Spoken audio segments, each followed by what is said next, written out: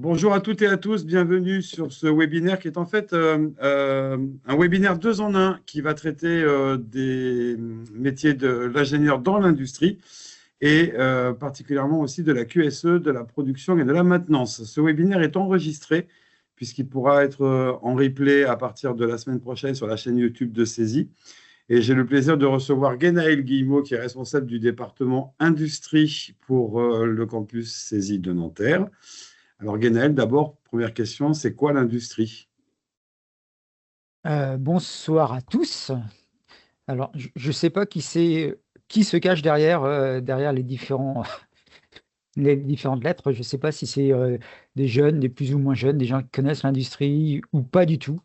Ce que je vais faire, c'est je vais vous présenter, on va partir de loin pour vous donner quelques informations sur l'industrie, parler de l'avenir de l'industrie, notamment en France, quelques généralités sur les métiers que l'on peut trouver dans l'industrie, rentrer un peu plus en détail sur différentes filières, et puis, cela va prendre à peu près, je pense, une demi-heure. Si vous avez des questions, on se gardera un temps d'échange pour la fin. Voilà, donc je vais essayer de vous présenter, de partager le contenu.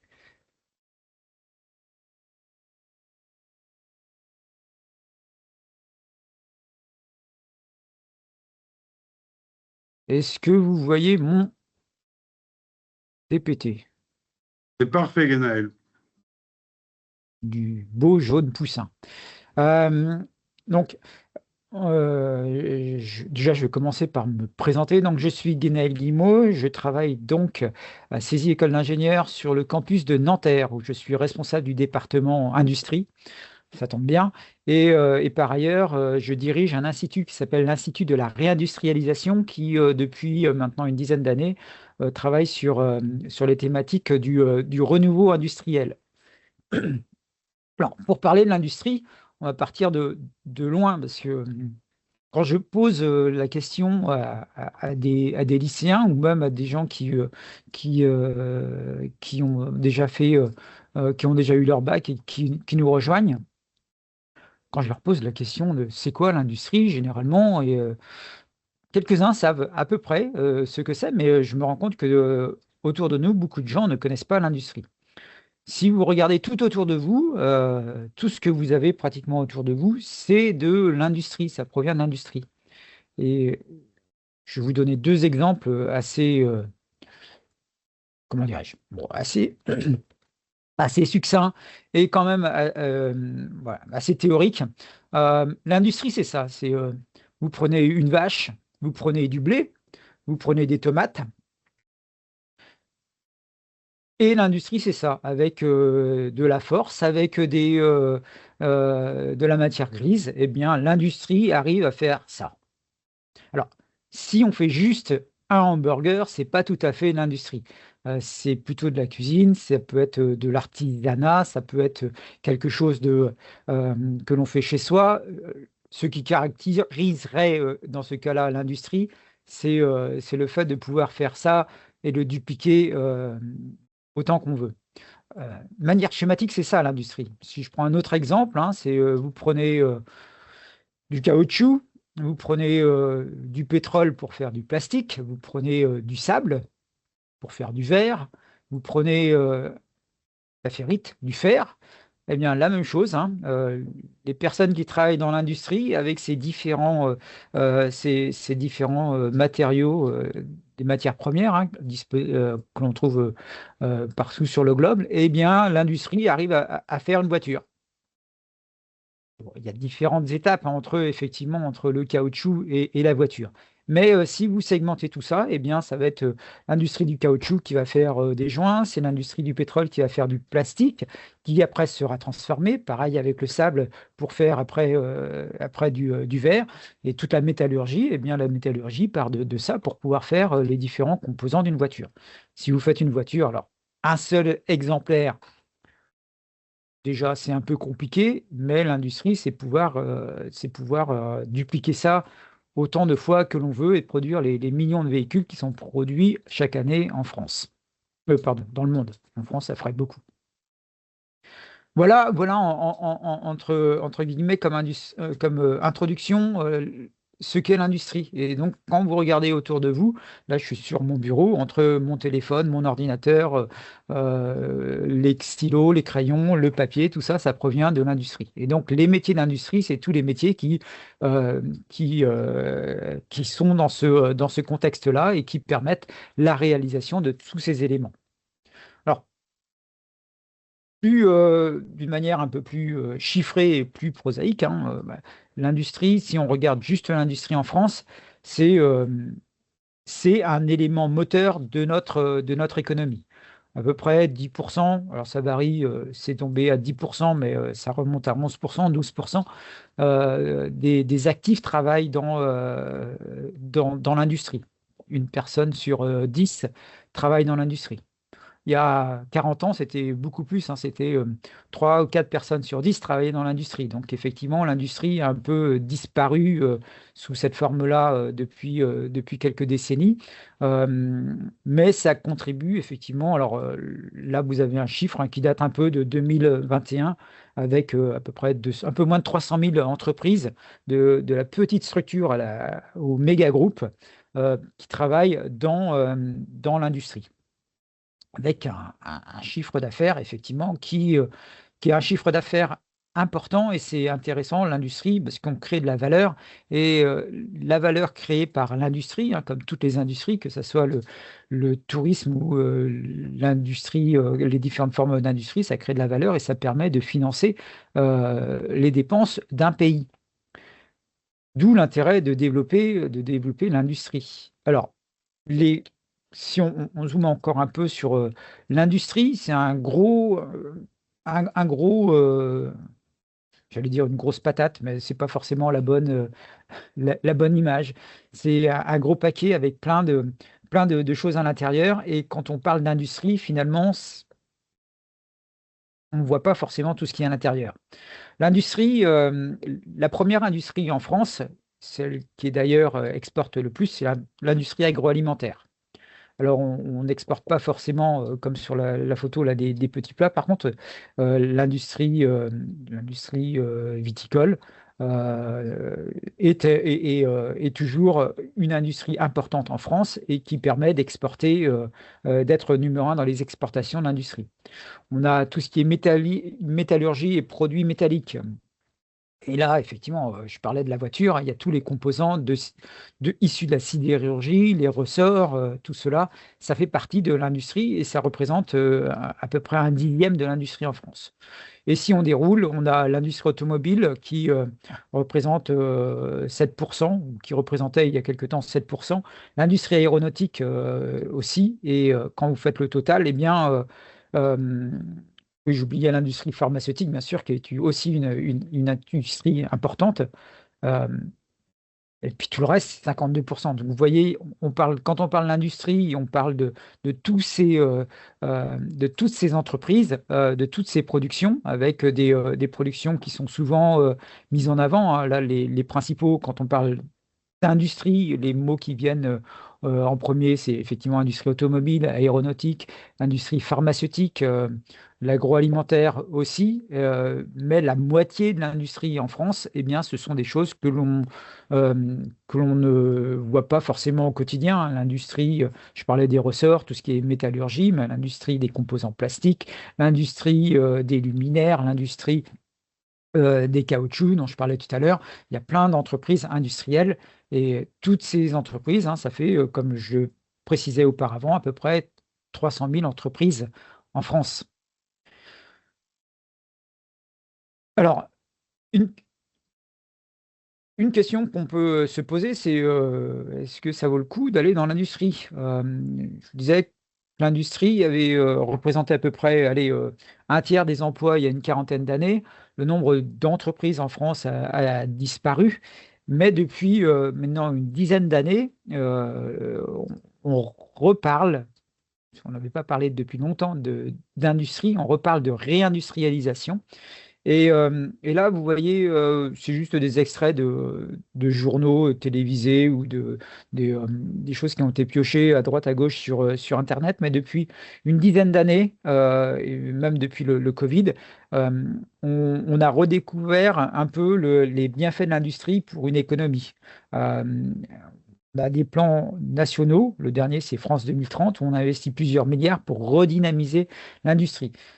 Tant et si bien que l'industrie qui était en déclin depuis 30-40 ans commence à redécoller, même si c'est pas tout rose, hein, même s'il reste encore des enjeux et des freins à cette réindustrialisation. On est sur une pente positive depuis quelque temps où, en France, on crée plus d'usines qu'on en ferme.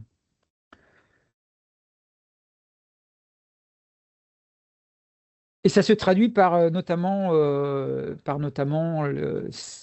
ce schéma. Alors, ce schéma-là, qui a été diffusé en 2023, ça représente la création. La barre bleue, là, sur la droite, ça représente la création d'emplois qui a été faite depuis janvier 2023, qui s'est arrêtée en septembre, hein. Sur ce graphe, il y avait 44 000 créations d'emplois directes en France en 2023, entre janvier et septembre. Et vous voyez la décomposition, ce sont les petites barres à côté. Vous voyez que l'industrie, sur ces 44 000, en a créé 19 000 et quelques. Et donc, et c'est nouveau, enfin c'est nouveau. Depuis très longtemps, c'est quelque chose que l'on n'avait pas observé. L'industrie était redevenue en 2023 la première filière économique à créer des emplois devant les services, le numérique, la logistique, etc., etc. Et donc, on assiste bien à un redéploiement de l'industrie. Et pour finir sur ce chapitre, juste une, euh, euh, une phrase de l'ancien ministre de l'Industrie qui s'appelait Roland Lescure, hein, qui disait que l'industrie va devoir recruter plus de 1 million de personnes dans les 10 années à venir. Alors, je ne sais pas où on va les trouver, hein, ça va être un autre défi, parce qu'il faut 1 million de personnes dans l'industrie, il en faut aussi dans la restauration, dans la santé, dans plein d'autres domaines, mais ça, c'est un autre sujet. Mais toujours est-il que pour l'instant, on assiste vraiment à un rebond industriel et donc à un appel d'air pour les différentes formations. Alors, voilà sur cette longue introduction sur l'industrie, euh, des premiers éléments. Maintenant, l'industrie, on va commencer à rentrer dans les métiers industriels. Euh, L'industrie fait face à différents enjeux. Euh, un enjeu planétaire. Alors, on parle de transition écologique, hein, il va falloir bientôt nourrir 8 milliards d'habitants. Euh, c'est pas pour rien que je vous montrais le hamburger en guise d'introduction. C'est, l'industrie va avoir un rôle pour pouvoir nourrir tous ces habitants. On a aussi un problème qui va devenir de plus en plus compliqué, hein, c'est la finitude des ressources. Travailler avec des ordinateurs et autres, des téléphones, c'est bien, mais il y a un certain nombre de composants, de métaux rares, que l'on ne va pas avoir à l'infini, et l'industrie va devoir se réinventer. L'autre, l'autre transition auquel on doit faire face, c'est la transition numérique avec l'apparition de plein de technologies. Donc, je parle de ces deux transitions, hein, transition écologique et transition numérique, simplement pour dire que l'image de l'industrie que l'on a, l'image vieillissante de l'industrie polluante, un peu, comment dirais-je, avec des salariés à la chaîne, c'est quelque chose qui est en train de disparaître, hein. Toutes les nouvelles usines qui apparaissent en France et dans le monde sont maintenant déjà ultra connectés, ultra robotisés, en faisant appel à tous les éléments des nouvelles technologies. Et la plupart de ces entreprises, maintenant, de ces usines, sont vertueuses en termes de transition écologique, tout ce qu'on met derrière avec le respect de l'environnement, le respect de la biodiversité, etc., etc. On n'est Et plus dans c'est, l'ambiance Émile Zola, alors. voilà, C'est un peu l'image que l'on pouvait avoir. ça a changé depuis enfin, 2 siècles maintenant, Émile Zola. Et ces différentes transitions, donc transition numérique et transition écologique, amènent, euh, si on rentre un peu dans le détail, hein, sur les métiers techniques. Euh, alors, on n'a pas besoin que d'informaticiens pour faire tourner ces nouvelles technologies, mais tous les techniciens, tous les ingénieurs que l'on va former en France, notamment dans les écoles d'ingénieurs, doivent être acculturés sur ces différents points. Alors, l'intelligence artificielle, hein, l'apprentissage automatique, c'est quelque chose maintenant qui apparaît et qui est de plus en plus utilisé dans l'industrie. L'Internet des objets, avec des objets connectés. Et maintenant, une usine est connectée, hein. Une usine qui produit en France peut très bien avoir des équipements qui sont surveillés et maintenus à distance, notamment en Inde, puisque c'est quelque chose qu'ils ont développé dans ce pays-là. L'automatisation et la robotique, hein, fini les tâches répétitives, les tâches difficiles à endurer pour un être humain. À chaque fois, on a de la robotique, de l'automatisation qui vient travailler sur l'effort et la pénibilité de ces métiers. Et un dernier exemple, hein, la réalité virtuelle et augmentée. Donc l'autre aspect, c'est la transition écologique. Et là aussi, sur l'industrie, ça ouvre un certain nombre de nouveaux domaines. Aussi quelques-uns de ces domaines, hein. Le secteur des énergies renouvelables est un nouveau terrain de jeu, alors que ce soit dans l'utilisation de ces énergies renouvelables ou dans la construction de ces énergies renouvelables, qui emploie pour l'instant pas mal de techniciens d'ingénieurs.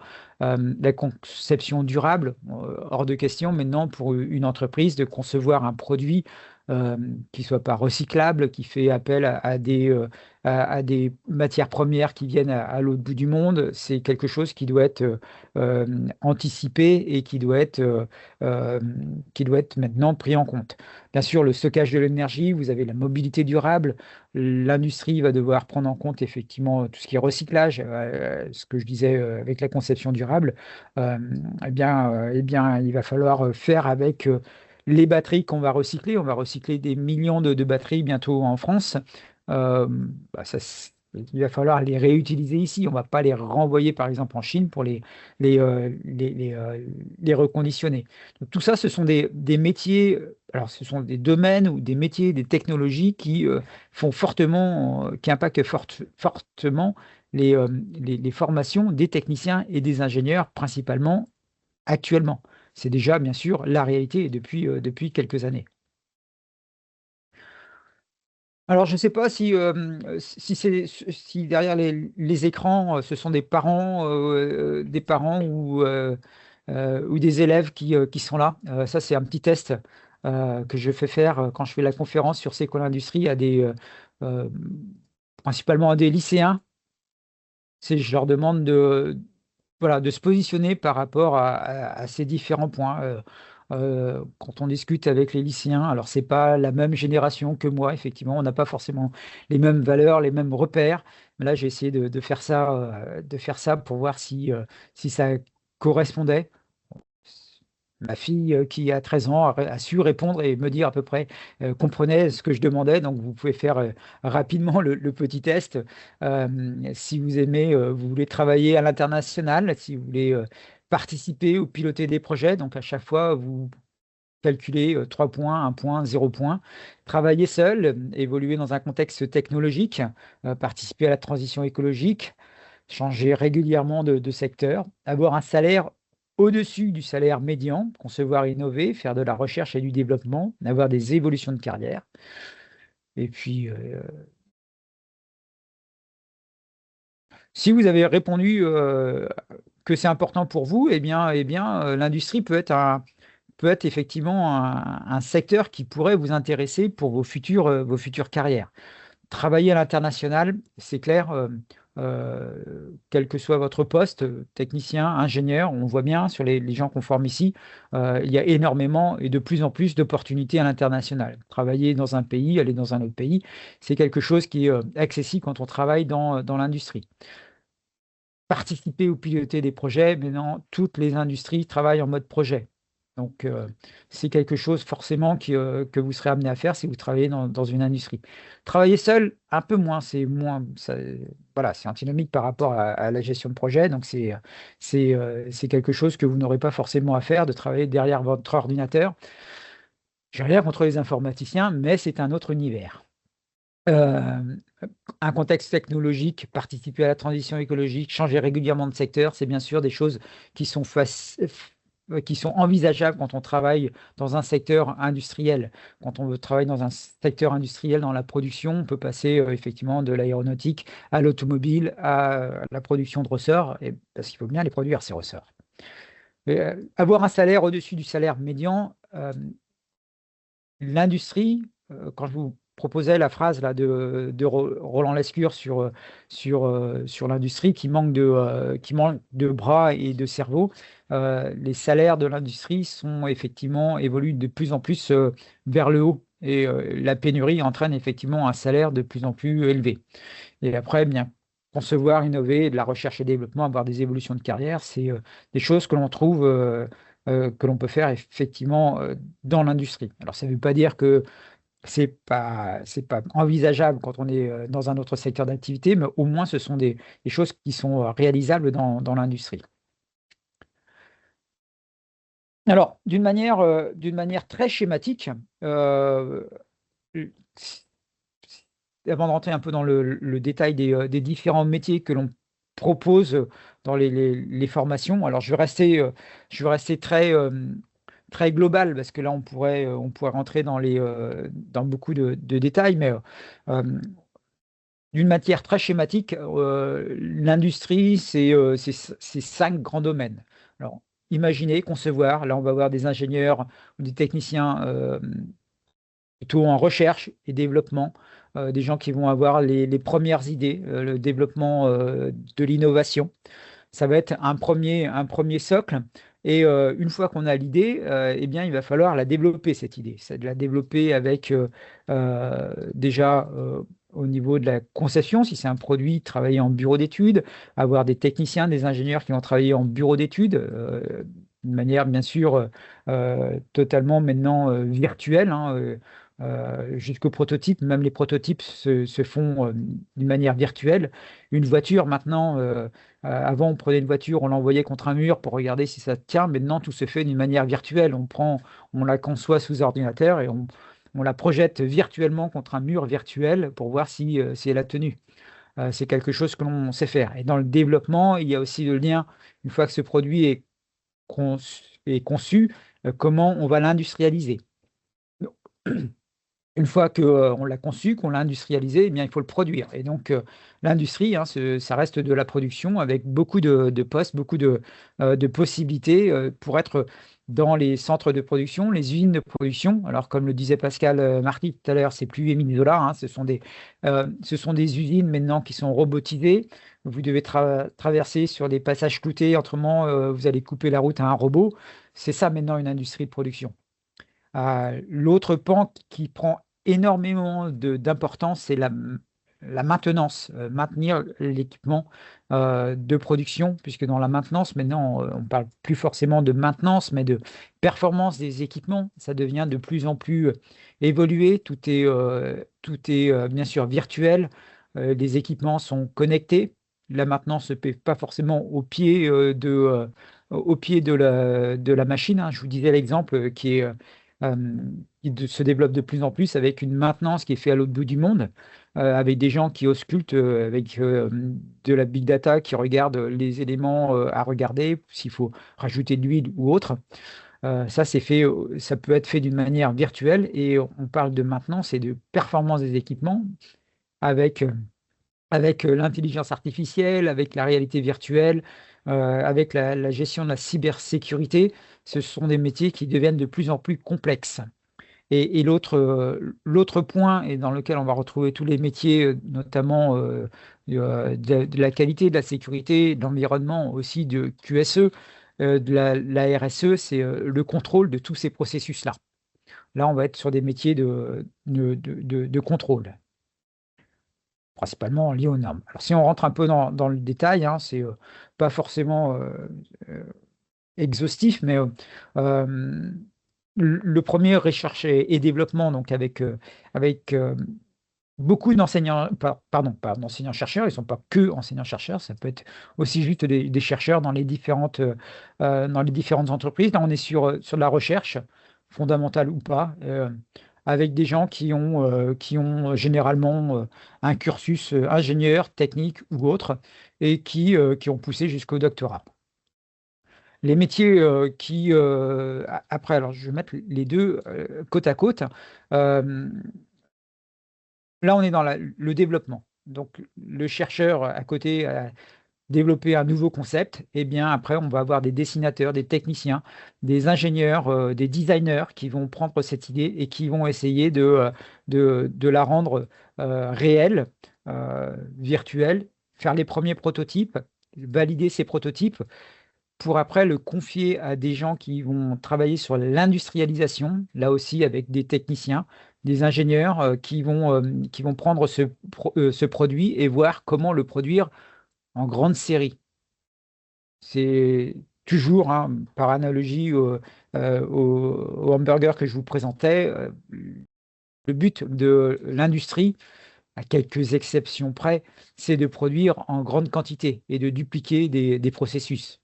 C'est pas forcément vrai pour les fusées, mais même pour les avions, vous voyez, hein, Airbus, Boeing ou autres fabriquent chaque année des centaines d'avions. Donc c'est de l'industrialisation et essayer de reproduire le plus économiquement possible, tout en étant performant, le produit qui a été conçu. Et après, donc, on tombe sur le métier de la production. Euh, Là, le métier de la production, donc, on va souvent de l'agent de production, qui est plutôt un niveau bac ou au-dessus, et avec des techniciens de production, des ingénieurs de production, c'est ceux qui gèrent au quotidien l'usine de l'entreprise. Donc, je vous parlais de la maintenance. Alors, qui devient de plus en plus complexe. Je vous parlais tout à l'heure de performance des équipements. La maintenance commence à prendre une dimension très importante dans la vie d'une usine, puisqu'il faut gérer effectivement toute la connectivité de l'usine. Donc, c'est des métiers de plus en plus complexes qui n'ont pas forcément une bonne image parce qu'on est resté sur la maintenance des années 50 avec de la graisse, avec de l'huile, des machines qui fuient, etc., etc. Et finalement, la maintenance a totalement évolué et maintenant, bah, c'est l'image, hein, quelqu'un qui fait de la maintenance est plus sur son ordinateur que derrière un équipement. Et ça devient, alors c'est un métier qui a forcément une mauvaise image, mais qui devient de plus en plus évolué au niveau technologie et qui est en grande pénurie actuellement en France. On manque de gens dans la maintenance. Et le dernier, c'est tout l'aspect qualité, qualité avec le contrôle. Donc derrière le mot qualité, il y a la qualité avec les différentes normes, la sécurité, l'environnement, on peut rattacher à la qualité, sécurité, environnement, tout ce qui est la responsabilité sociétale des entreprises, faire en sorte que tout ce monde du chercheur jusqu'à l'agent de production, l'ingénieur de maintenance, le technicien bureau d'études, respecte l'éthique et toutes les nouvelles directives, les nouvelles valeurs que l'on voit obligatoirement dans les entreprises. Et pour finir, je regarde le temps, oui, juste une demi-heure. Euh, je restais généraliste. Voilà, pour avoir une vision des différents accès à ces métiers industriels, euh, voilà, il y a 4 grandes filières. Que vous veniez d'un bac pro, d'un bac STI 2D ou d'un bac général, vous avez bien sûr accès aux métiers de l'industrie. Euh, La plupart des formations maintenant sont sur Parcoursup, hein, quand on a un bac. Euh, la première formation courte, c'est plutôt orienté vers un BTS, un brevet de technicien. Attention pour ceux qui choisissent d'aller sur une filière courte de BTS cette année, si vous avez en vue de poursuivre sur une école d'ingénieur. Cette année, on prendra encore dans les écoles d'ingénieurs quelques BTS, mais en 2026, en octobre 2026, donc si vous rentrez là, vous ressortirez en octobre 2026, les formations d'ingénieurs n'auront certainement plus le droit de prendre des BTS.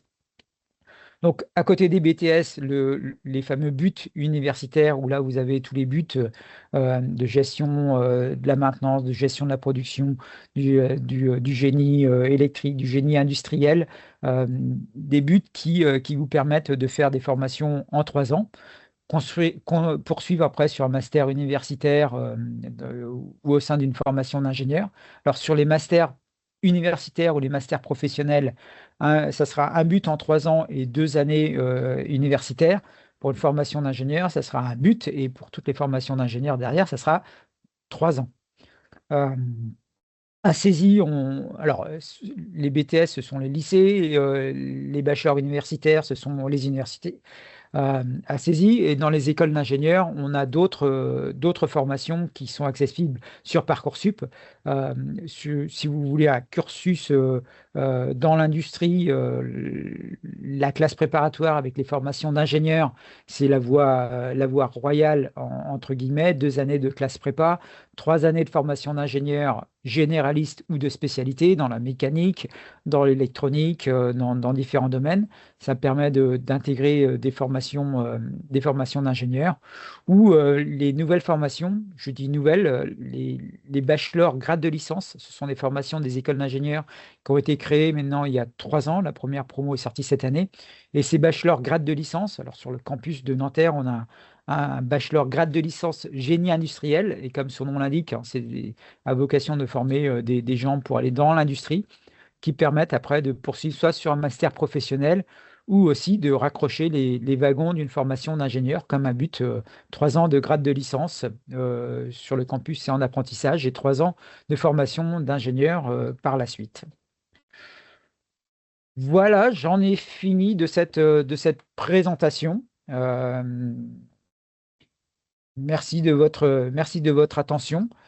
Je vais arrêter le partage, et puis si l'un ou l'une d'entre vous a des questions, je pense qu'on peut prendre le temps d'y répondre. Ne soyez pas timide.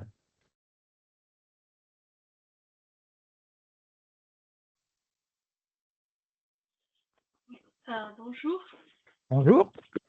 je mets le micro. Est-ce que tout à l'heure vous étiez sur la transition économique, vous parliez des domaines d'application qui vont se développer, vous parliez des énergies renouvelables. Donc ça, c'est un secteur qui va être propice. Il y avait d'autres secteurs également, et j'ai pas eu le temps de tout voir en fait. Il y Euh, avait les énergies renouvelables, il y avait également quel autre alors, secteur en fait qui va être. il y a deux choses. La transition écologique, l'industrie, forcément, et c'est Emmanuel Macron qui disait que l'industrie était à l'origine de 20% des problèmes de l'écologie, mais à 80% va apporter des solutions. Donc, alors on le croit ou pas, ça c'est un autre sujet, mais euh, l'industrie est fortement impactée par la transition écologique et la transition énergétique. C'est un des gros, gros problèmes à l'heure actuelle, avec deux choses, avec la création de nouveaux secteurs d'activité, avec des nouveaux domaines et des nouveaux métiers. Je parlais de tout ce qui est énergie, hein, les énergies renouvelables. Je donnais aussi l'exemple de l'économie circulaire. On voit maintenant des gens qui apparaissent, qui sont formés sur l'économie circulaire dans le BTP ou dans l'industrie. Euh, tout ce qui est transition énergétique, la transition énergétique en France, c'est principalement prendre un moyen de production carboné qui utilise du gaz, du pétrole, et d'utiliser une autre énergie pour faire tourner un équipement. Tout ça, c'est des nouveaux domaines et des nouveaux métiers. Et après, et puis les écoles d'ingénieurs notamment forment à la transition écologique toutes les personnes qui vont travailler, que ce soit dans les RH, que ce soit dans l'informatique, que ce soit dans l'industrie, tout le monde est sensibilisé à ces notions-là. Ok. En fait, c'est ce qu'on appelle, juste avant, c'est ce qu'on appelle la décarbonisation, c'est ça? La décarbonation. Oui, oui, j'ai rajouté 2 syllabes. La décarbonation, voilà. Ok. C'est la décarbonation de l'industrie, c'est Mm. principalement éviter de produire du CO2. Ok. Et donc utiliser beaucoup plus d'électricité. Ok. Guénel, Oui. il y a une question sur le chat de Ludi qui souhaiterait savoir si le master QHSE peut être accessible sans avoir effectué de lien, enfin d'études en lien avec une licence justement QSE. Elle dit qu'elle a fait, elle ou lui, a dit qu'elle a fait une licence de lettres et un bachelor chargé immobilier. Chargé d'affaires dans l'immobilier, pardon. Éventuellement, mais on est un peu loin, du master, parce que les masters que l'on propose en QSE, ici ou ailleurs, il faut quand même, donc les masters professionnels, hein, c'est de bac plus 3, bac plus, si on parle de ce master-là, de bac plus 3 à bac plus 5, il faut, je regarde, une licence de lettres et un bachelor chargé d'affaires immobilières. Il faut quand même une brique QSE. Et donc, certainement, si vous candidatez chez nous, si on a ce genre de profil, on préconisera plutôt de faire une troisième année du bachelor responsable QSE pour avoir les bases pour après pouvoir intégrer sereinement une formation en QSE. Voilà, je ne sais pas si ça répond à la question. Bah, apparemment, oui.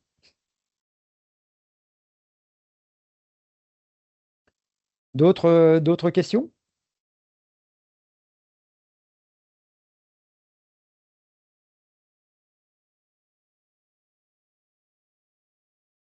On va en rester là alors? Ah, oui.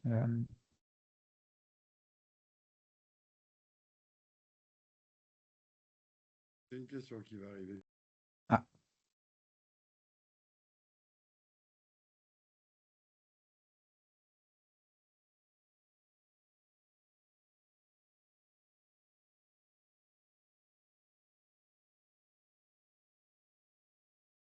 Il y a un message qui est en train d'arriver apparemment.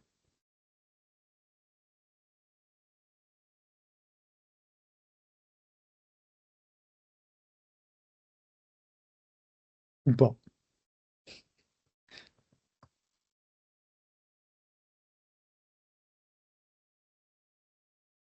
Non, il n'y a pas de message.